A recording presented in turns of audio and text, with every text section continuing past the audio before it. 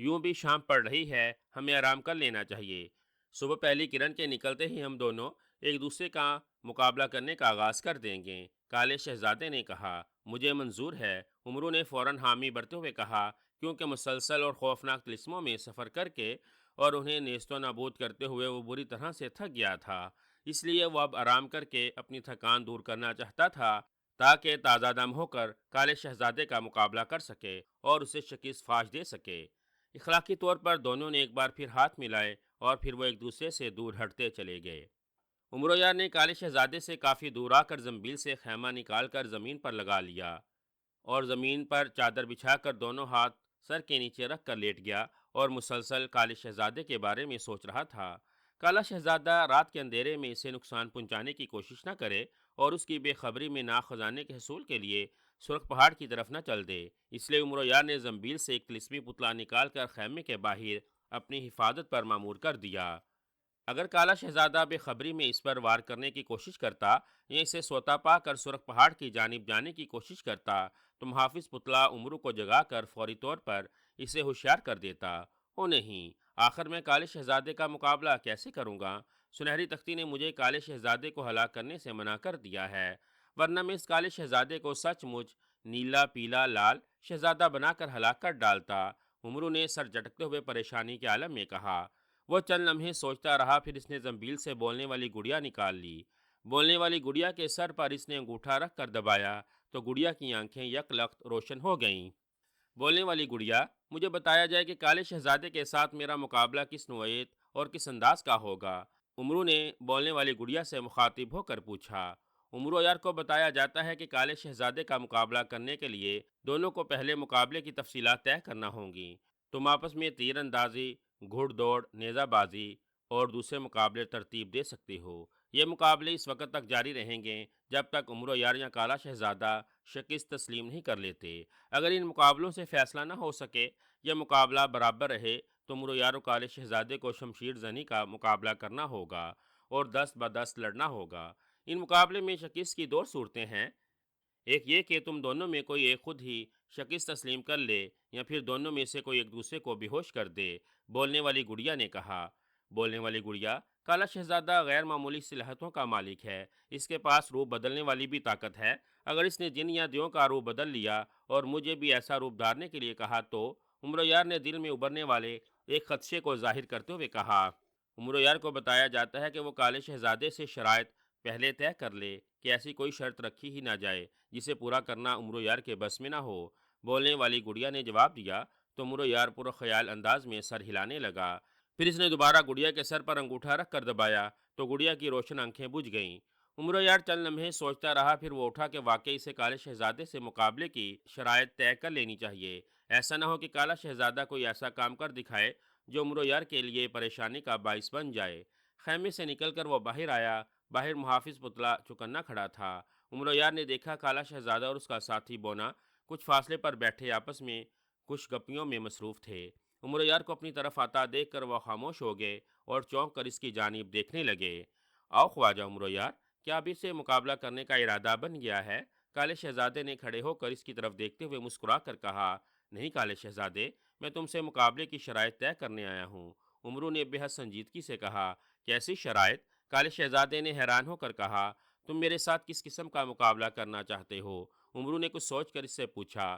جیسا آپ مناسب سمجھے، کالے شہزادے نے مسکراتے ہوئے جواب دیا۔ اس کا مطلب ہے جیسا میں کہوں گا تم ویسے ہی میرا مقابلہ کرو گے؟ امرو یار نے چونک کر اس کی شکل دیکھتے ہوئے کہا۔ ہاں، جیسا آپ کہیں گے بالکل ویسا ہی ہوگا، کالے شہزادے نے بددستور مسکراتے ہوئے کہا۔ تو امرو یار حیران رہ گیا۔ اسے کالے شہزادے کی سمجھ نہیں آ رہی تھی کہ وہ اس کے ساتھ کس قدر غصیلے لہجے میں بات کر رہا تھا اور اب کہاں وہ امرو یار سے اس قدر خوش دلی اور عزت سے بات کر رہا ہے۔ میرا خیال ہے ہمیں جو مقابلے کرنے ہیں اس کی تفصیلات پہلے سے طے کر لینی چاہیے، امرو نے ہونٹ بھینچتے ہوئے کہا۔ مناسب خیال ہے، کالے شہزادے نے کہا اور پھر وہ کالے شہزادے کے کہنے پر وہیں بیٹھ گیا۔ کالا شہزادہ اس کے قریب بیٹھ گیا اور پھر امرو یار کالے شہزادے سے مقابلے کی تفصیلات طے کرنے لگا۔ کالے شہزادے نے امرو یار کی تمام شرائط مان لی تھیں۔ اس نے امرو یار کو کسی شرط پر کسی قسم کا کوئی اعتراض نہیں کیا تھا جس سے امرو یار کے دل میں وسوسے پیدا شروع ہو گئے تھے۔ کالے شہزادے نے جس آسانی سے اس کی شرائط مان لی تھی، اس سے صاف پتہ چل رہا تھا اسے اپنے آپ پر کس قدر اعتماد اور بھروسہ ہے کہ وہ آسانی سے عمر یار کو شکست دے دے گا۔ تفصیلات طے کر کے عمر یار کالے شہزادے سے ہاتھ ملا کر وہاں سے اٹھ گیا اور دوبارہ اپنے خیمے میں آ کر لیٹ گیا۔ وہ کروٹوں پر کروٹیں بدلتا ہوا کافی دیر تک کالے شہزادے اور اس سے مقابلے کے بارے میں سوچتا رہا۔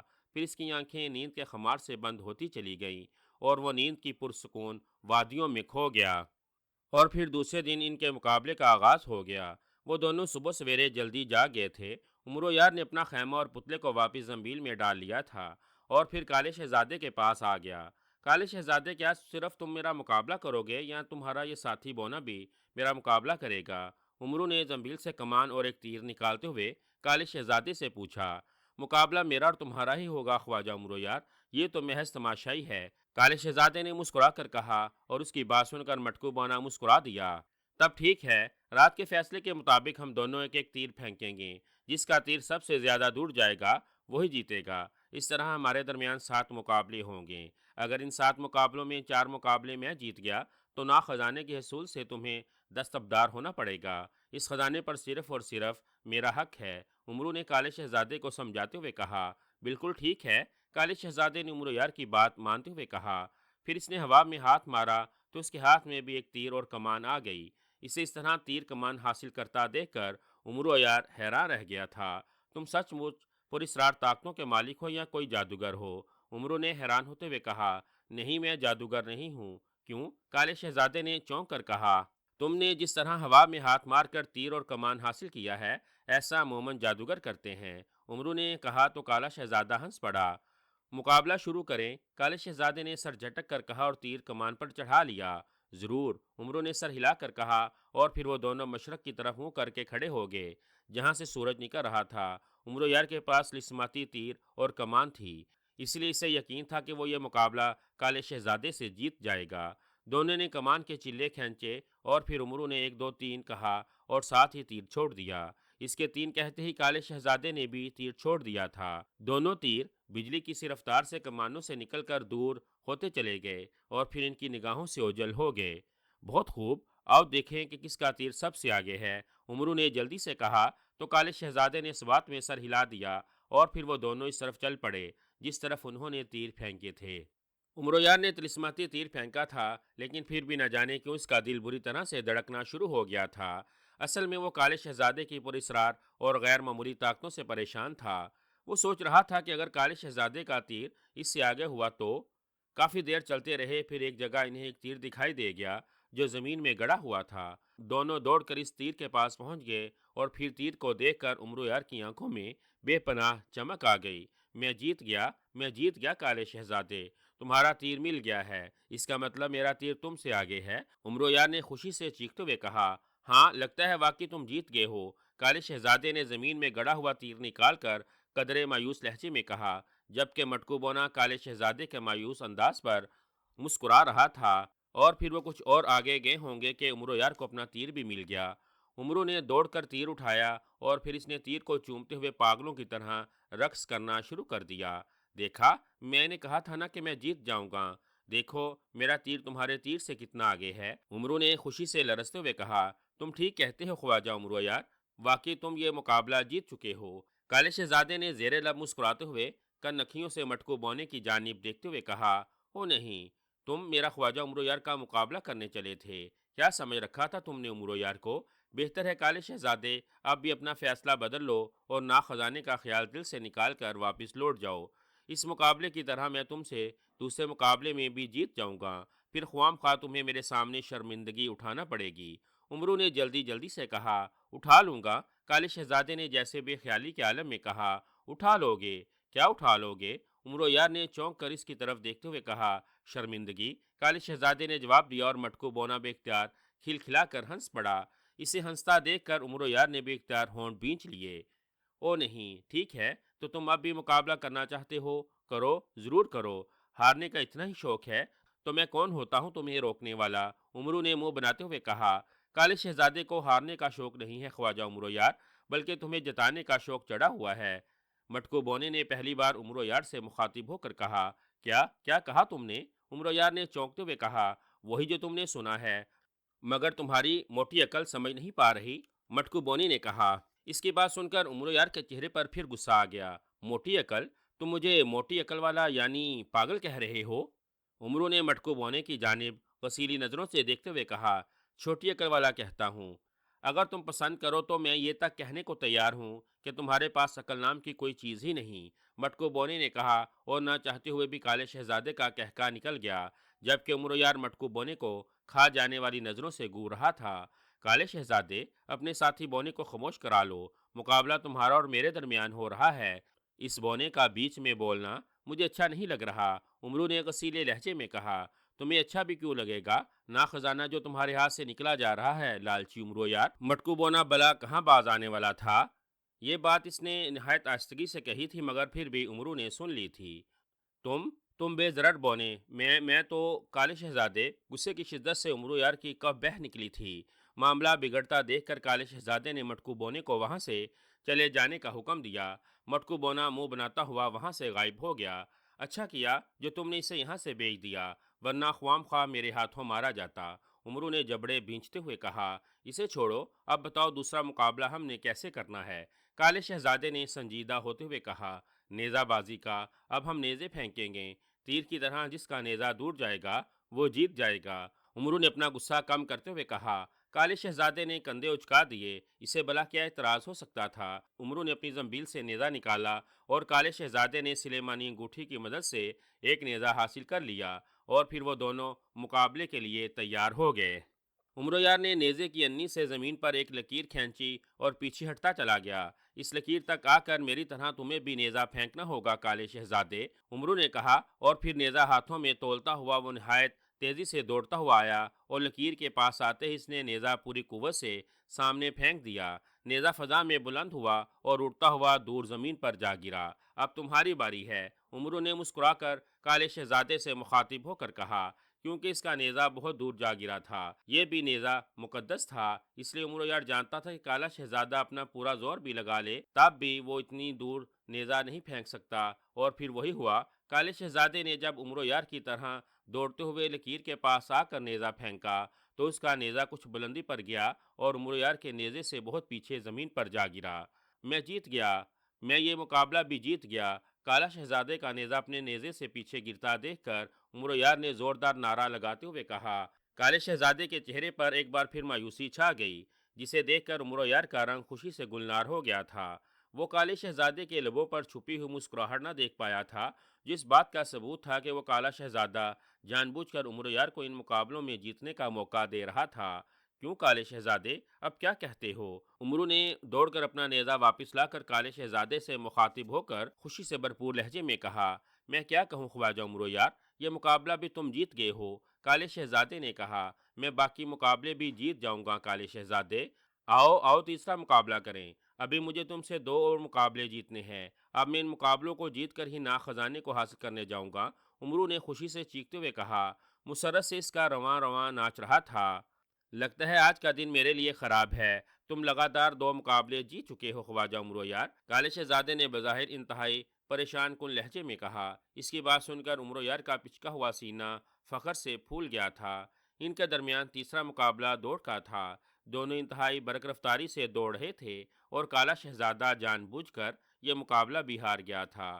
وہ عمرو یار جیسے نامور انسان کو اس آسانی سے شکست نہیں دینا چاہتا تھا، آخر اس کا بھی دنیا میں نام اور مقام تھا۔ تیسرا مقابلہ جیت کر عمرو یار کی خوشی کی انتہا نہ رہی تھی، اور اس نے باقاعدہ خوشی سے قلا بازیاں کھانا شروع کر دیں۔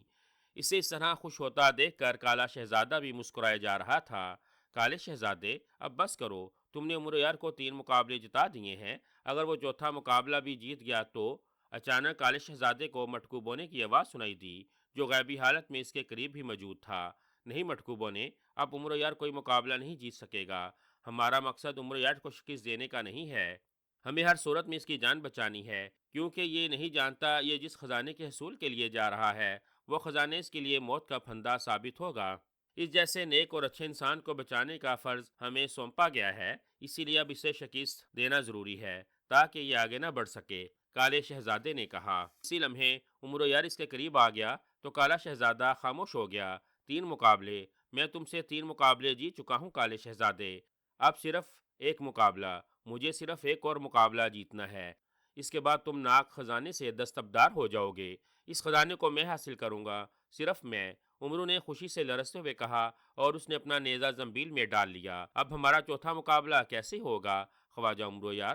کالے شہزادے نے اس کی خوشی سے لطف اندوز ہوتے ہوئے پوچھا۔ میں 3 مقابلے جیت کر بہت خوش ہوں کالے شہزادے۔ اسی خوشی میں تمہیں مٹھائی کھلانا چاہتا ہوں۔ پہلے مٹھائی کھا لو، پھر ہم چوتھا مقابلہ کریں گے، عمرو نے کہا اور زنبیل سے برفی کا ایک بڑا سا ٹکڑا نکال کر کالے شہزادے کی جانب بڑھا دیا۔ کالے شہزادے نے غور سے عمرو یار کی جانب دیکھا اور پرخیال انداز میں سر ہلاتے ہوئے اس نے عمرو سے برفی کا ٹکڑا لے کر اپنے منہ میں ڈال لیا۔ کالے شہزادے کو برفی کا ٹکڑا منہ میں ڈالتا دیکھ کر عمرو یار کی آنکھیں چمک اٹھی تھیں۔ اصل میں وہ برفی کا ٹکڑا ایک خاص جڑی بوٹی سے بنا ہوا تھا، جس کے کھانے سے بڑا اور طاقتور جن بھی ایک لمحے میں بے ہوش ہو جاتا تھا۔ عمرو یار 3 مقابلے جیت چکا تھا، اس لیے اس نے خود کو فاتح سمجھ لیا تھا۔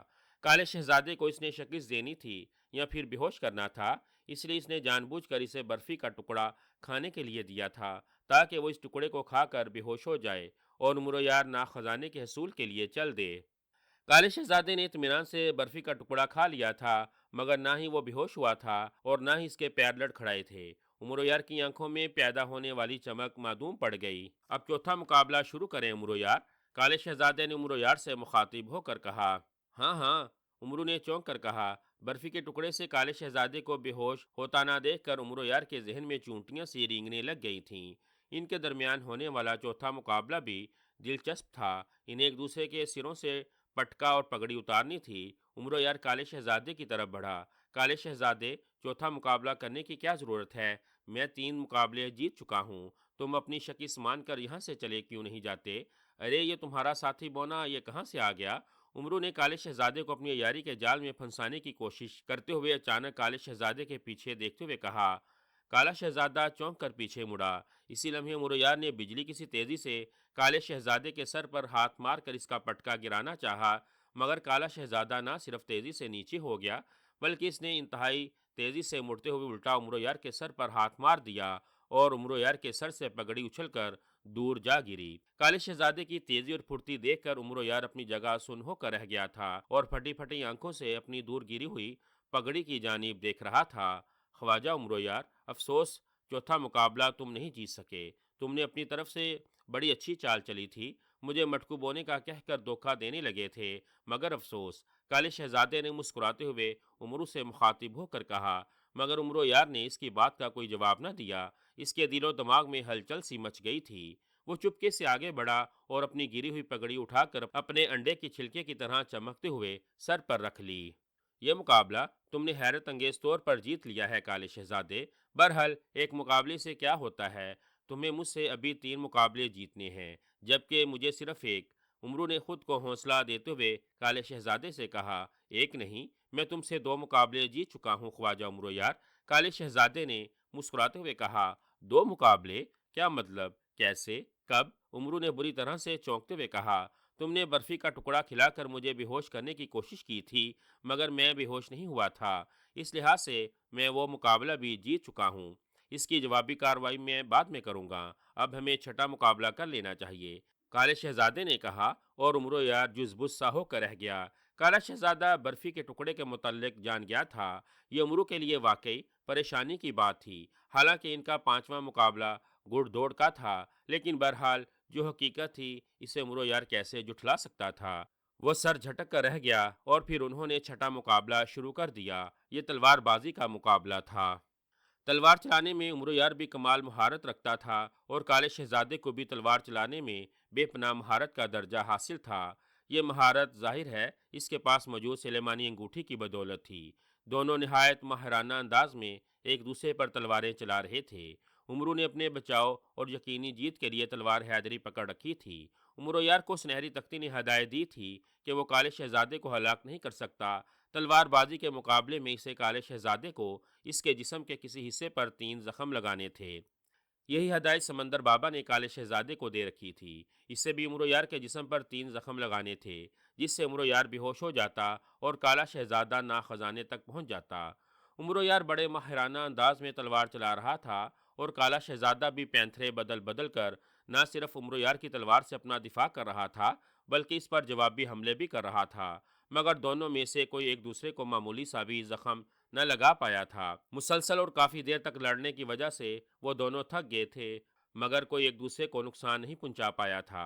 حالانکہ عمر یار اور کالے شہزادے نے ایک دوسرے کو زخم لگانے کے لیے ایڑی چوٹی کا زور لگا دیا تھا۔ بس میرا خیال ہے کہ شمشیر زنی میں ہم ایک دوسرے کو نہیں ہرا سکتے کالے شہزادے، ہمارا یہ مقابلہ برابر کا ہے، اس مقابلے کو ہم یہی روک دینا چاہتے ہیں۔ عمرو یار نے تلوار پیچھے ہٹا کر تلوار روکتے ہوئے کہا، تم ٹھیک کہہ رہے ہو خواجہ عمرو، واقعی ہمارا یہ مقابلہ برابر رہا ہے۔ آؤ اب فیصلہ کن جنگ کر لیں، ہم ایک دوسرے سے 10 ب 10 لڑتے ہیں، ہماری یہ لڑائی آخری اور فیصلہ کن ہوگی۔ کالے شہزادے نے سر ہلاتے ہوئے کہا اور اپنی تلوار ایک طرف پھینک دی، جو ایک چھپاکے سے غائب ہو گئی۔ عمرو نے بھی سر ہلاتے ہوئے تلوار زنبیل میں ڈال لی اور پھر وہ دونوں 10 ب 10 لڑنے کے لیے ایک دوسرے کے مقابلے پر آ گئے۔ 10 ب 10 لڑائی میں تم مجھ سے نہیں جیت سکتے ہو کالے شہزادے، چاہے تمہارے جسم میں ہزاروں جنوں دیوں کی ہی طاقت کیوں نہ ہو، عمرو نے سرد لہجے میں کہا۔ دیکھا جائے گا، کالے شہزادے نے سر جھٹک کر کہا، اور پھر وہ دونوں ایک ساتھ ایک دوسرے پر جھپٹ پڑے۔ دونوں نے ایک دوسرے کے پنجوں میں پنجے پھنسا لیے تھے اور ایک دوسرے کو گرانے کے لیے زور لگا رہے تھے۔ عمرو نے چال چلتے ہوئے اپنے جسم کو ڈھیلا چھوڑا اور قدرے نیچے جھک کر یک لگ جھٹکا مارا تو کالا شہزادہ اپنی جگہ سے لڑکھڑا گیا۔ اسی لمحے عمرو یار نے اس کے پیٹ میں گھٹنا دے مارا۔ کالے شہزادے کے منہ سے اوخ کی آواز نکلی اور وہ دوہرا ہو گیا۔ عمرو نے بجلی کی سی تیزی سے اپنا جسم موڑتے ہوئے کالے شہزادے کو زور سے پیچھے دھکا دے دیا۔ کالا شہزادہ بری طرح سے لڑکھڑا گیا، مگر اس نے جلدی سے خود کو سنبھال لیا تھا، ورنہ وہ یقیناً پشت کے بل گر پڑتا۔ ابھی کالا شہزادہ خود کو سنبھال ہی رہا تھا کہ عمرو یار کو اس نے اچانک اپنے اوپر چھلانگ لگاتے دیکھا۔ اس سے پہلے کہ کالا شہزادہ کچھ سمجھتا، عمرو نے اسے پکڑا اور پھر تیزی سے گھوم گیا۔ اب اس کے ہاتھ میں کالے شہزادے کا ایک ہاتھ تھا جو عمرو نے اس کی کمر سے لگا دیا تھا، اور دوسرا بازو عمرو نے کالے شہزادے کی گردن میں ڈال دیا تھا۔ کالے شہزادے نے بر وقت عقل مندی کا مظاہرہ کرتے ہوئے اپنے دونوں ہاتھ عمرو کی کمر پر رکھے اور پھر پوری قوت سے اچھال کر اسے سامنے پھینک دیا۔ عمرو یار جیسے ہی نیچے گرا وہ یوں اچھل کر کھڑا ہو گیا جیسے اس کا جسم ربڑ کا بنا ہوا ہو۔ اس نے اٹھتے ہی ایک بار پھر کالے شہزادے پر چھلانگ لگا دی، مگر اس بار کالے شہزادے نے اسے ہوا میں ہی روک لیا تھا اور ہاتھوں کو زوردار جھٹکا دیا تو عمرو یار چیختا ہوا دور جا گرا۔ اس سے پہلے کہ عمرو یار اپنی جگہ سے اٹھتا، کالا شہزادہ تیزی سے آگے بڑھا اور اس نے عمرو یار کی ایک ہاتھ سے گردن پکڑی اور دوسرا ہاتھ اس کی کمر پر ڈال کر اسے ایک جھٹکے سے اوپر اٹھا لیا۔ مگر اسی لمحے عمرو یار کی ٹانگیں چلیں اور کالے شہزادے کی کمر پر اس زور سے پڑی کہ کالا شہزادہ لڑکھڑا کر گھٹنوں کے بل زمین پر بیٹھ گیا اور عمرو یار اس کے ہاتھوں سے نکل گیا۔ عمرو یار پر تو جیسے غصے کا بھوت سوار ہو گیا تھا اور اس نے کالے شہزادے پر نہایت تیزی سے تابڑ توڑ حملے کرنے شروع کر دیے۔ کالے شہزادے نے بھی خود کو جلدی سے سنبھال لیا اور وہ بھی اپنی پوری قوت سے عمرو یار پر حملہ آور ہو گیا۔ دو ناقابل تخیر انسان اس وقت ایک دوسرے سے نہایت خوفناک انداز میں لڑ رہے تھے۔ ان کی پہلے تو لڑائی عام انداز میں ہو رہی تھی، مگر کالے شہزادے نے عمرو یار کو جارحانہ انداز میں لڑتے دیکھا تو اسے بھی جوش آ گیا اور اس نے بھی غصے میں آ کر عمرو یار سے لڑنا شروع کر دیا تھا۔ ان کی لڑائی طول پکڑتی جا رہی تھی۔ پھر کالے شہزادے کو جیسے موقع مل گیا، اس نے اچانک عمرو یار کے سینے پر لات ماری اور اسے دوسری طرف گرنے پر مجبور کر دیا۔ اس سے پہلے کہ عمرو یار اپنی جگہ سے اٹھتا، کالا شہزادہ اس پر جھپٹ پڑتا اور پھر اس نے واقعی عمرو یار کو لاتوں اور مکوں سے مارنا شروع کر دیا۔ عمرو یار کی ناک اور منہ سے خون بہہ نکلا تھا، وہ چیختا ہوا پیچھے ہٹتا چلا گیا اور پھر اس نے لیٹے لیٹے اچانک دونوں ٹانگیں اٹھا کر کالے شہزادے کے سینے پر مار کر اسے دور اچھال دیا۔ کالا شہزادہ اس سے پہلے کہ الٹ کر گرتا، اس نے تیزی سے فضا میں کلا بازی کھائی اور پیروں کے بل کھڑا ہو گیا۔ اسی اثنا میں عمرو یار بھی جلدی سے اٹھ کر کھڑا ہونے میں کامیاب ہو گیا۔ بس کالے شہزادے بس، اب تمہارا کھیل ختم ہو گیا، عمرو نے زخمی شیر کی طرح غراتے ہوئے اور زنبیل سے ایک سفید گیند نکال کر پوری قوت سے کالے شہزادے پر دے ماری۔ گیند کالے شہزادے کی ناک کے قریب جا کر پھٹی اور اس میں سے سیاہ دھواں نکل کر کالے شہزادے کے ناک اور منہ میں چلا گیا۔ اس گیند سے کالے شہزادے کو اسی وقت بے ہوش ہو کر گر جانا چاہیے تھا، مگر وہ اپنی جگہ صحیح سلامت کھڑا رہا تو عمرو یار کو غصہ آ گیا۔ اس نے جلدی سے زنبیل کا منہ کھول دیا۔ چل زنبیل میں، عمرو نے کہا۔ اسی وقت کالے شہزادے کو ایک زوردار جھٹکا لگا۔ اس نے خود کو سنبھالنے کی کوشش کی مگر بے سود۔ دوسرے لمحے اس کے پیر زمین سے اکھڑ گئے، وہ اچھلا اور پھر فضا میں کلا بازیاں کھاتا ہوا عمرو یار کی زنبیل میں گھستا چلا گیا۔ جیسے ہی کالا شہزادہ زنبیل میں گھسا، عمرو نے جلدی سے زنبیل کا منہ بند کر لیا۔ ہو نہیں بڑا آیا تھا عمر یار کا راستہ روکنے والا، اب دیکھتا ہوں مجھے کون نا خزانہ حاصل کرنے سے روکتا ہے۔ عمرو نے کالے شہزادے کو زنبیل میں بند کر کے نفرت سے ہنکارا برتے ہوئے کہا۔ اسی لمحے اچانک اس کی گردن پر رسی کا ایک پھندا پڑا اور تیزی سے کستا چلا گیا۔ دوسرے ہی لمحے عمرو یار کو ایک زوردار جھٹکا لگا اور وہ بری طرح سے ہاتھ پاؤں مارتا ہوا اوپر اٹھتا چلا گیا۔ اس کے منہ سے بے اختیار چیخ نکل گئی تھی۔ عمرو کی گردن میں رسی کا ایک پھندا پڑا ہوا تھا اور اس کا سرا ہوا میں بلند تھا، جیسے کسی اندیکھی طاقت نے اسے ہوا میں معلق کر رکھا ہو۔ گو عمرو یار کی گردن میں پھنسی ہوئی رسی اس قدر سخت نہیں ہوئی تھی کہ عمرو یار کا نرخہ ٹوٹ جاتا یا اس کا دم گھٹ جاتا، مگر اس کے باوجود عمرو یار کو اپنی گردن کی ہڈی ٹوٹتی ہوئی معلوم ہو رہی تھی۔ اسی لمحے جماکہ ہوا اور عمرو یار کے سامنے کالے شہزادے کا ساتھی بونا نمودار ہوا، جس کا چہرہ غصے سے بگڑا ہوا تھا۔ عمرو یار، کالے شہزادے کو اپنی زنبیل سے آزاد کر دو جلدی، ورنہ یہ پھندا جو تمہاری گردن میں ہے اس قدر تنگ ہو جائے گا کہ نہ صرف تمہاری گردن کی ہڈی ٹوٹ جائے گی بلکہ تمہاری آنکھیں بھی ابل کر باہر آ گریں گی۔ مٹکو بونے نے عمرو یار سے مخاطب ہو کر انتہائی غصیلے لہجے میں کہا، تت تم شیطان کی اولاد تم! عمرو یار کے منہ سے گٹی گٹی آواز نکلی۔ ہاں، میں کبھی تمہاری اور کالے شہزادے کی جنگ میں مداخلت نہ کرتا، مگر تم کالے شہزادے سے 4 مقابلے ہارنے کے بعد اب دھوکے اور مکاری سے کام لے رہے ہو۔ تم نے دھوکے سے کالے شہزادے کو بے ہوش کرنے والی برفی کھلائی، اس کی ناک پر بے ہوش کرنے والی گیند ماری، اور تمہیں جب کوئی صورت نظر نہ آئی تو تم نے اسے چالاکی سے زنبیل میں بند کر لیا۔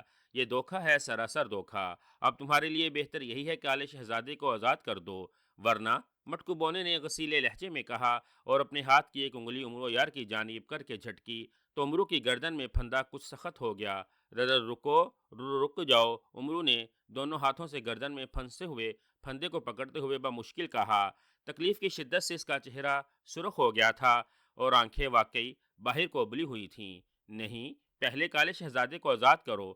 مٹکو بونا گرایا۔ عمرو یار بری طرح سے تڑپ رہا تھا، اب واقعی اس کا سانس گھٹنا شروع ہو گیا تھا۔ بولو، جلدی بولو، کالے شہزادے کو آزاد کرتے ہو یا نہیں؟ مٹکو بونے نے انگلی کو اور جھٹکا دیا تو عمرو یار بری طرح سے ہاتھ پاؤں مارنے لگا۔ کرتا ہوں، چھوڑو! عمرو نے بمشکل کہا تو مٹکو بونے نے انگلی ہلا کر اس کی گردن میں موجود پھندا ڈھیلا کر دیا۔ جلدی کرو! اگر تم نے زنبیل سے کالے شہزادے کے سوا کچھ اور نکالنے کی کوشش کی تو میں رسی کو صرف ایک جھٹکا دوں گا اور تمہاری گردن کی ہڈی ٹوٹ جائے گی، مٹکو بونے نے کہا۔ رسی ڈھیلی ہونے سے عمرو کا سانس پھر سے بحال ہو گیا۔ اسے مٹکو بونے کی صورت میں اپنے سامنے موت رقص کرتی ہوئی دکھائی دے رہی تھی۔ جس انداز میں مٹکو بونے نے اسے پھنسایا تھا وہ خود کو اس سے کسی طرح آزاد نہیں کروا سکتا تھا، اسی لیے اس نے جلدی سے زنبیل کا منہ کھول دیا۔ کالا شہزادہ زنبیل سے باہر آ جائے! عمرو نے کہا۔ اسی لمحے زنبیل کو ہلکا سا جھٹکا لگا اور اس میں سے کالا شہزادہ لڑکتا ہوا باہر آ نکلا اور پھر ایک دھماکے سے نیچے آ گرا۔ مٹکو بونا تیزی سے کالے شہزادے کی جانب لپکا جو زمین پر گر کر اٹھنے کی کوشش کر رہا تھا۔ تم ٹھیک ہو کالے شہزادے؟ مٹکو بونے نے کالے شہزادے سے پریشانی کے عالم میں پوچھا۔ ہاں، میں ٹھیک ہوں، خدا کی پناہ! عمرو یار کی زنبیل ہے یا تاریکی کا کنواں؟ اس قدر تاریکی! کالے شہزادے نے اٹھتے ہوئے کہا۔ پھر اٹھ کر وہ ہوا میں لٹکے ہوئے عمرو یار کی جانب دیکھنے لگا جو اس کی جانب بے بسی سے دیکھ رہا تھا۔ اسے اب اس طرح لٹکا رہنے دو، آؤ ہم نا خزانہ تباہ کرائیں، مٹکو بونے نے کہا تو کالے شہزادے نے اس بات میں سر ہلا دیا۔ وہ اٹھا اور پھر مٹکو بونے کے ہمراہ سرخ پہاڑ کی طرف چل دیا۔ عمرو یار اسے بے بسی سے سرخ پہاڑ کی جانب جاتا دیکھ رہا تھا۔ گو اس کی گردن میں پڑا ہوا پھندا خاصا ڈھیلا ہو چکا تھا، مگر اس رسی کا سرا نہ جانے کس اندیکھی طاقت نے پکڑ رکھا تھا کہ عمرو کوشش کے باوجود گردن سے رسی ڈھیلی نہ کر پا رہا تھا۔ کالے شہزادے کو نا خزانے کے لیے سرخ پہاڑ کی جانب بڑھتا دیکھ کر بے بسی سے اس کی آنکھوں سے آنسو نکل پڑے تھے۔ کالا شہزادہ آخرکار اسے شکست دینے میں کامیاب ہو ہی گیا۔ اب ظاہر ہے نا خزانہ کالے شہزادے کا تھا، جسے حاصل کر کے وہ وہاں سے نکل جاتا اور عمرو کچھ بھی نہ کر سکتا تھا۔ غار کافی کشادہ اور روشن تھا۔ کالے شہزادے نے ہوا میں ہاتھ مار کر ایک تلوار حاصل کر لی تھی اور مٹکو بونے کے ساتھ آگے بڑھا چلا جا رہا تھا۔ بس کالے شہزادے، اب اس موڑ کے آگے تمہیں خود جانا ہے۔ موڑ مڑتے ہی تمہیں روشن زمین دکھائی دے گی۔ تلوار تمہارے ہاتھ میں ہے، ایک مشل بھی ساتھ لے لو۔ اس مشل کی موجودگی میں تمہیں خزانے والا کمرہ دکھائی دے سکے گا۔ آگے جا کر تمہیں ایک اینٹوں کا بنا ہوا بڑا سا کمرہ دکھائی دے گا جہاں خزانے سے بھرا ہوا ایک صندوق پڑا ہے۔ صندوق کھلا ہوا ہے، خزانے پر اور اس کے گرد میں مختلف رنگوں کے 4 ناگ دکھائی دیں گے، اور جس دروازے سے تم خزانے والے کمرے میں داخل ہوگے، اس کے بائیں ہاتھ تمہیں دیوار پر ایک خوبصورت لڑکی کا چہرہ دکھائی دے گا۔ اس لڑکی کے سر پر ناگ لپٹا ہوا ہوگا۔ کمرے میں داخل ہو کر تمہیں تلوار اس لڑکی کے سر پر لپٹے ہوئے ناگ پر مارنا ہوگی۔ جیسے ہی تم لڑکی کے سر پر لپٹے ہوئے ناگ کی گردن پر تلوار مارو گے، ناگ کا سر کٹ کر خزانے پر جا گرے گا، اور خزانے کے ساتھ وہاں موجود سارے ناگ اسی لمحے جل کر بھسم ہو جائیں گے۔ اگر تم نے پہلے ناگوں کو مارنے کی کوشش کی تو ناگ خزانہ جیسے ہی ہے ویسا ہی رہے گا۔ تمہارا مقصد چونکہ اس خزانے کو تباہ کرنا ہے، اس لیے تمہیں بالکل ویسے ہی کرنا ہوگا جیسے میں نے کہا۔ جب تم خزانے اور ناگوں کو جلتا دیکھو اور اپنی مشل بھی اس آگ میں پھینک دینا، اور اپنی طاقتوں سے فوری طور پر وہاں سے باہر آ جانا، کیونکہ ناگ خزانہ اور ناگ جیسے ہی راکھ بنیں گے، وہاں کا بنایا ہوا شیطانی طلسم بھی ختم ہو جائے گا۔ اگر تم وہاں رکے رہے تو طلسم کے ساتھ تمہارا وجود بھی ختم ہو جائے گا۔ کچھ آگے جا کر مٹکو بونے نے رک کر کالے شہزادے کو سمجھاتے ہوئے کہا، ٹھیک ہے مٹکو بونے، میں ویسے ہی کروں گا جیسا تم نے کہا۔ کالے شہزادے نے سر ہلا کر سنجیدگی سے کہا، ساتھ اس نے ہوا میں ہاتھ مارا تو اس کے ہاتھ میں جلتی ہوئی ایک مشعل آ گئی۔ اللہ حافظ مٹکو بونے، اللہ حافظ، کالے شہزادے نے کہا اور آگے بڑھنے لگا۔ موڑ مڑ کر جیسے ہی وہ آگے گیا، اسے روشن زمین نظر آ گئی۔ کالا شہزادہ تلوار اور مشعل ہاتھ میں لیے روشن راستے پر چلنے لگا، اور پھر کچھ آگے جا کر اسے ایک بڑے ہال نما کمرے کا دروازہ دکھائی دینے لگا۔ دور سے ہی اسے کمرے سے ناگوں کی خوفناک پھنکاروں کی آوازیں سنائی دینا شروع ہو گئی تھیں۔ کالا شہزادہ بے خوف ہو کر آگے بڑھتا رہا، اور پھر وہ دروازے کے قریب آ کر کھڑا ہو گیا۔ سامنے واقع اینٹوں کا بنا ہوا ایک خوبصورت کمرہ تھا، جہاں سامنے ایک مختلف رنگوں والا نہایت خوفناک اور بڑا اژدہے نما ناگ منہ کھول کر پھنکارے مار رہا تھا۔ ایک طرف ایک سیاہ ناگ تھا اور دوسری طرف ایک بڑا صندوق پڑا ہوا تھا، جو سونے چاندی اور ہیرے جواہرات سے بھرا ہوا تھا۔ صندوق کے گرد بھی بے شمار ہیرے جواہرات بکھرے ہوئے تھے، اور اس صندوق کے خزانے پر بھی ایک سیاہ ناگ پھنکا رہا تھا۔ ایک سنہری ناگ صندوق کے دوسری طرف موجود تھا۔ کالے شہزادے نے سر گما کر دیکھا تو اسے واقعی بائیں دیوار پر ایک خوبصورت لڑکی کا چہرہ دکھائی دیا، جس کے بال سنہری تھے۔ اس کے ماتھے پر واقعی ایک ناگ لپٹا ہوا تھا، جس کی 2 شاخہ سرخ زبان باہر نکلی ہوئی تھی۔ مشعل کی روشنی میں کالے شہزادے کو لڑکی کا چہرہ اور ناگ بالکل اصل دکھائی دے رہے تھے۔ اسی لمحے ایک ناگ نے زوردار پھنکار ماری، جیسے وہ کالے شہزادے پر حملہ کرنا چاہتا ہو، مگر کالے شہزادے نے اس پر کوئی توجہ نہ دی۔ مشعل اس کے بائیں ہاتھ میں تھی، جبکہ تلوار اس کے دائیں ہاتھ میں تھی۔ اس نے پوری قوت سے تلوار لڑکی کے سر پر لپٹے ہوئے ناگ کی گردن پر دے ماری، اور پھر جیسے اس نے تلوار ناگ کی گردن پر ماری، اچانک ناگ کا سر اچھل کر عین خزانے کے ڈھیر پر جا پڑا۔ اسی لمحے وہاں تیز اور اعصاب شکن دھماکہ ہوا، اور کمرے میں یک لخت تیز آگ بھڑک اٹھی۔ کالے شہزادے نے جلدی سے آنکھیں بند کر لیں اور مشعل آگ میں پھینک کر سلیمانی انگوٹھی کو حکم دیا کہ وہ اسے اس غار سے باہر نکال لے جائے۔ اسی لمحے ایک اور دھماکہ ہوا اور کالا شہزادہ یک لخت وہاں سے غائب ہو گیا۔ تم غار سے باہر آ چکے ہو کالے شہزادے، اب آنکھیں کھول دو۔ اچانک اسے مٹکو بونے کی آواز سنائی دی، اور کالے شہزادے نے جلدی سے آنکھیں کھول دیں، اور پھر وہ خود کو اسی میدان میں دیکھ کر خوشی سے نہال ہو گیا جہاں اس نے امرو یار کا مقابلہ کیا تھا۔ البتہ اس میدان سے سرخ پہاڑ اب غائب ہو چکا تھا۔ مٹکو بونا اس کے قریب کھڑا مسکرا رہا تھا، جبکہ امرو یار ابھی تک پھندے میں لٹکا ہوا نظر آ رہا تھا۔ کامیابی مبارک ہو کالے شہزادے، مٹکو بونے نے کالے شہزادے کی طرف دیکھتے ہوئے مسکرا کر کہا۔ امرو یار کو نیچے اتار دو مٹکو بونے، کالے شہزادے نے امرو یار کی دگرگوں حالت دیکھتے ہوئے کہا۔ مٹکو بونے نے اس بات میں سر ہلایا اور ہاتھ امرو یار کی جانب کر کے جھٹک دیا۔ اچانک امرو یار کی گردن سے پھندا غائب ہو گیا، اور امرو یار ایک دھماکے سے نیچے آ گرا۔ اچانک گرنے کی وجہ سے امرو یار کی ہڈیاں کڑکڑا کر رہ گئی تھیں۔ زیادہ چوٹ تو نہیں آئی امرو یار؟ مٹکو بونے نے امرو یار کی جانب بڑھتے ہوئے شرارتی لہجے میں کہا۔ میں تمہیں نہیں چھوڑوں گا، میں امرو نے کراہتے ہوئے اور انتہائی غصیلی نظروں سے کالے شہزادے اور مٹکو بونے کی جانب دیکھتے ہوئے کہا، اب تم ہمیں چھوڑو یا نہ چھوڑو، اس سے کوئی فرق نہیں پڑتا خواجہ امرو یار، میں نے تمہارے ناگ خزانے کو تباہ کر دیا ہے۔ کالے شہزادے نے مسکراتے ہوئے کہا۔ اس کی بات سن کر امرو یار بری طرح سے اچھل پڑا، جیسے اسے بیک وقت کئی خوفناک اور زہریلے ناگوں نے ڈس لیا ہو۔ ناگ خزانہ تباہ کر دیا؟ تم نے ناک خزانے کو تباہ کر دیا۔ کیا مطلب؟ عمرو نے ہکلاتے ہوئے اور آنکھیں پھاڑ پھاڑ کر کالے شہزادے کی جانب دیکھتے ہوئے کہا۔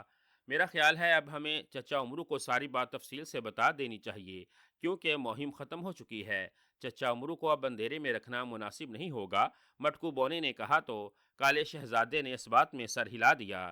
پھر کالا شہزادہ عمرو یار کو اعتماد میں لے کر اسے ساری حقیقت بتانا شروع ہو گیا کہ وہ جس ناک خزانے کے حصول کے لیے جا رہا تھا وہ اس کے لیے کس قدر مہلک اور جان لیوا ثابت ہو سکتا تھا۔ کالے شہزادے نے ساری بات شروع سے لے کر آخر تک عمرو یار کو بتا دی تھی، جسے سن کر عمرو یار کا منہ کھلے کا کھلا رہ گیا تھا۔ اوہ اوہ، تو تم یہاں ناک خزانہ حاصل کرنے نہیں، اسے تباہ کر کے میری جان بچانے آئے تھے؟ عمرو یار نے کالے شہزادے کی جانب یقین نہ آنے والی نظروں سے دیکھتے ہوئے کہا کہ اچانک زنبیل کے محافظ بونے کی اسے آواز سنائی دی۔ یہ آواز صرف عمرو ہی سن سکتا تھا۔ کالا شہزادہ درست کہہ رہا ہے عمرو یار، اصل میں تم ہاشون جادوگر کی سازش کا شکار ہو کر قسم کھا چکے تھے کہ تم ناک خزانے کو حاصل کرنے ضرور جاؤ گے اور اس سیاہ ناک کو بھی ہلاک کر دو گے جس نے تمہارے سامنے تبان نامی ایک شخص کو ہلاک کیا تھا۔ تمہارے سامنے جو تبان بن کر آیا تھا وہ خود ہاشون جادوگر تھا، اور ناک کا بھی اسی نے روپ دھار رکھا تھا۔ تمہیں دھوکہ دیا تھا۔ اس کا مقصد صرف اتنا تھا کہ تم بس قسم کھا لو تاکہ تم ناک خزانہ حاصل کرنے ضرور جاؤ گے۔ ناک خزانے کے بارے میں وہ جانتا تھا کہ وہ خونی اور جان لیوا خزانہ ہے جس تک پہنچ کر تمہیں سوائے موت کے اور کچھ ہاتھ نہیں آئے گا، اور پھر اس خزانے تک پہنچنے کے لیے تمہیں چند خوفناک طلسمات سے بھی گزرنا پڑے گا۔ وہ طلسم جو صدیوں پہلے شیطان جادوگر نے قائم کیے تھے، صدیاں گزرنے کے بعد ان کی طاقتوں میں بے پناہ اضافہ ہو گیا تھا۔ ہاشون جادوگر کو یقین تھا کہ تم ان طلسمات کو کسی صورت میں ختم نہیں کر سکو گے اور آخر کار تم موت کا شکار ہو جاؤ گے، مگر تمہیں بچانے کے لیے سمندر بابا نے کالے شہزادے کو حکم دے دیا۔ تمہیں بہت پہلے ساری حقیقت بتا دی جاتی، مگر خاموشی اس لیے اختیار کی گئی تھی کہ اگر تمہیں معلوم ہو جاتا کہ جس خزانے کے حصول کے لیے تم جا رہے ہو اس تک پہنچ کر بھی تم اسے حاصل نہیں کر سکتے تو یقینی طور پر تم ان طلسمات کو فنا کرنے کی کوشش ہی نہ کرتے۔ شیطانی طلسم دو راہ طلسم تھا، ایک راستہ طلسمات پورب کہلاتا تھا اور دوسرا واپسی کا راستہ طلسمات پشم کہلاتا تھا۔ طلسمات پورب جس کے 3 مرحلے تھے وہ صرف تم ہی فنا کر سکتے تھے، اور طلسمات پشم کے بھی 3 مرحلے تھے جو کالا شہزادہ مٹکو بونے کی رہنمائی میں فنا کر سکتا تھا۔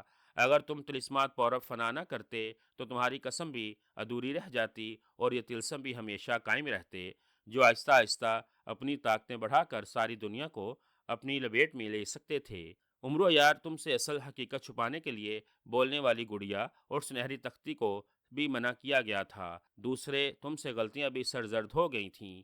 ایک یہ کہ تم نے خزانے کے لالچ میں تبان نامی شخص کی باتوں پر فوری یقین کر لیا تھا اور اسی وقت ناک خزانے کے حصول کے لیے نکل چکے تھے۔ دوسرا، اس حقیقت کو جاننے کے لیے تم نے سنہری تختی یا بولنے والی گڑیا سے بھی مشورہ نہیں کیا تھا۔ ان طلسمات کو ختم کر کے اور کالے شہزادے کے ساتھ مقابلہ کر کے تمہاری قسمیں اور وعدے پورے ہو چکے تھے۔ بہرحال تم نے کالے شہزادے کے ساتھ جو مقابلے کیے تھے ان میں سے شاید تم ایک مقابلہ بھی نہ جیت پاتے اگر کالے شہزادے نے تمہیں جیت کا موقع نہ دیا ہوتا۔ پہلے 3 مقابلے تم نے کالے شہزادے کی مرضی سے جیتے تھے۔ وہ تمہیں اس لیے جیتنے کا موقع دے رہا تھا کہ تم اس کی نظر میں انتہائی نیک اور عزت دار انسان ہو۔ اگر تمہارے دل میں خزانہ حاصل کرنے کا لالچ نہ ہو تو تم واقعی دنیا کے ایک عظیم ترین انسان بن سکتے ہو۔ کالے شہزادے نے تمہیں نقصان پہنچانے کی کوشش نہیں کی، مگر جب تم نے کالے شہزادے کو اپنی زنبیل میں قید کر لیا تو مجبوراً اس کے ساتھی مٹکو بونے کو حرکت میں آنا پڑا۔ وہ چونکہ زبردستی تمہاری زنبیل سے کالے شہزادے کو آزاد نہیں کروا سکتا تھا، اس لیے اس نے اپنی طاقتوں سے تمہاری گردن میں پھندا ڈال کر تمہیں لٹکا کر اس بات کے لیے مجبور کیا تم کالے شہزادے کو زنبیل سے آزاد کر دو۔ ساری تفصیل تمہیں بتا دی گئی ہے۔ اب تمہیں یقین آ جانا چاہیے کہ کالا شہزادہ تمہارا دشمن نہیں ہے۔ اس کے ساتھ دوستی کر لو، آئندہ یہ تمہارے بہت کام آ سکتا ہے۔ تمہیں ناک خزانے کے حصول کی جو سزائیں ملنی تھی وہ مل گئی ہیں۔ اب تمہیں یہاں سے واپسی جاتے ہی وعدے کے مطابق اپنی زنبیل کا آدھا خزانہ غریبوں میں بانٹنا ہوگا۔ اس کے لیے تمہیں کوئی رعایت نہیں دی جائے گی۔ اگر تم نے حیل و حجت کی تو تمہاری زنبیل کا سارا خزانہ غائب کر دیا جائے گا۔ تم جانتے ہو کہ میں اس زنبیل کا محافظ بونا ہوں اور کچھ بھی کر گزرنے کی صلاحیت رکھتا ہوں۔ عمرو یار کو زنبیل کے محافظ بونے نے ساری تفصیل بتا دی۔ ساری حقیقت جان کر عمرو یار واقعی بے پناہ شرمندہ ہو رہا تھا۔ وہ کالے شہزادے کو اپنا بدترین دشمن سمجھ رہا تھا، مگر اس نے جس طرح تکلیف دہ مرحل سے گزر کر اس کی جان بچائی تھی اور اسے باقاعدہ عزت دینے کے لیے مقابلے ہارے تھے، اس سے عمر و یار میں کالے شہزادے کی قدر بڑھ گئی تھی۔ وہ اس کی طرف احسان مند نگاہوں سے دیکھنا شروع ہو گیا تھا۔ کیا سوچ رہے ہو خواجہ عمر و یار؟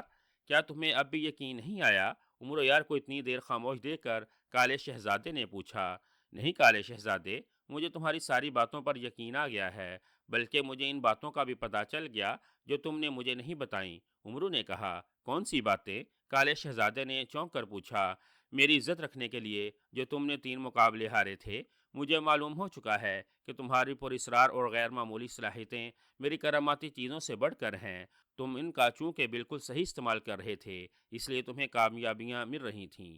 میں خزانے کے حصول کے لیے واقعی لالچ میں آ گیا تھا، جس کی کچھ تو میں نے سزائیں بھگت لی ہیں اور ایک سزا بھی بھگتنا باقی ہے۔ عمرو نے شرمندہ لہجے میں کہا، کیسی سزا؟ میں سمجھا نہیں، کالے شہزادے نے کہا۔ عمر یار کو زنبیل کے آدھے خزانے غریبوں میں بانٹنے کا حکم دیا گیا تھا۔ اپنی دولت کو یوں بانٹنا عمر یار کے لیے واقعی کسی سزا سے کم نہیں تھا۔ مٹکو بونے نے مسکراتے ہوئے کہا تو اس کی بات سن کر کالے شہزادے کے ساتھ ساتھ عمرو بھی چونک کر اس کی جانب دیکھنے لگا۔ تم جانتے ہو؟ عمرو نے حیرت سے اس کی طرف دیکھتے ہوئے کہا۔ ہاں خواجہ عمر یار، مگر تم فکر نہ کرو، میں اور کالا شہزادہ سب کچھ جان کر بھی تمہارے لیے بے زر ہیں۔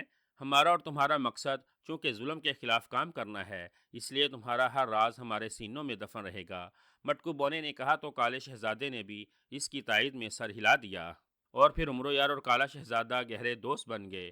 کالے شہزادے نے عمر یار کو تفصیل کے ساتھ اپنی پراسرار طاقتوں کے بارے میں بتا دیا تھا، جسے سن کر عمر یار مرعوب ہوئے بغیر نہ رہ سکا تھا، اور پھر اس نے بھی کالے شہزادے کے سامنے اپنے کارناموں کا بھنڈارا کھول کر رکھ دیا تھا، جسے سن کر کالا شہزادہ اور مٹکو بونا دل سے عمر یار کی بہادری، عقل مندی اور ہوشیاری کے قائل ہو کر واہ واہ کرنے لگے۔ انہیں واہ واہ کرتا دیکھ کر عمر یار کا پچکا ہوا سینہ ایک بار پھر پھول گیا۔ پھر وہ ایک دوسرے کو اپنی اپنی کہانیاں سنا کر اپنی اپنی راہوں پر ہو لیے۔ عمر یار کو اب ہشون جادوگر پر غصہ آ رہا تھا، جس نے اسے اتنی مصیبتوں میں پھنسانے کے لیے اتنی بڑی اور خوفناک چال چلی تھی۔ اس نے پہلی فرصت میں ہشون جادوگر سے اپنی ذلت اور تکلیفوں کا بدلہ لینے کا ارادہ کر لیا تھا۔ کالے شہزادے نے عمر یار سے ملتے رہنے کا وعدہ کر لیا تھا، اور ضرورت پڑنے پر عمر یار نے بھی کالے شہزادے سے کہا تھا وہ اسے جب چاہے جس وقت چاہے مٹکو بونے کو بیچ کر اپنے پاس بلوا سکتا تھا۔ کالا شہزادہ خوش تھا کہ اس نے عمر یار جیسے ایک عظیم انسان کی جان بچائی، جبکہ عمر یار خوش تھا کہ اسے ایک مافوق الفطرت اور پراسرار طاقتوں والا دوست مل گیا ہے۔ اس جیسی طاقتیں رکھنے والا دنیا میں کوئی اور نہیں تھا۔ بس عمر یار کو غم تھا تو اس بات کا کہ ایک تو وہ ناک خزانہ حاصل نہ کر سکا تھا، اور دوسرے اب زنبیل کے محافظ بونے سے کیے ہوئے وعدے کے مطابق اسے اپنی زنبیل کا آدھا خزانہ غریبوں میں بانٹنا تھا۔ زنبیل کا آدھا خزانہ غریبوں میں بانٹنے کے خیال سے ہی عمر یار کی جان نکلی جا رہی تھی۔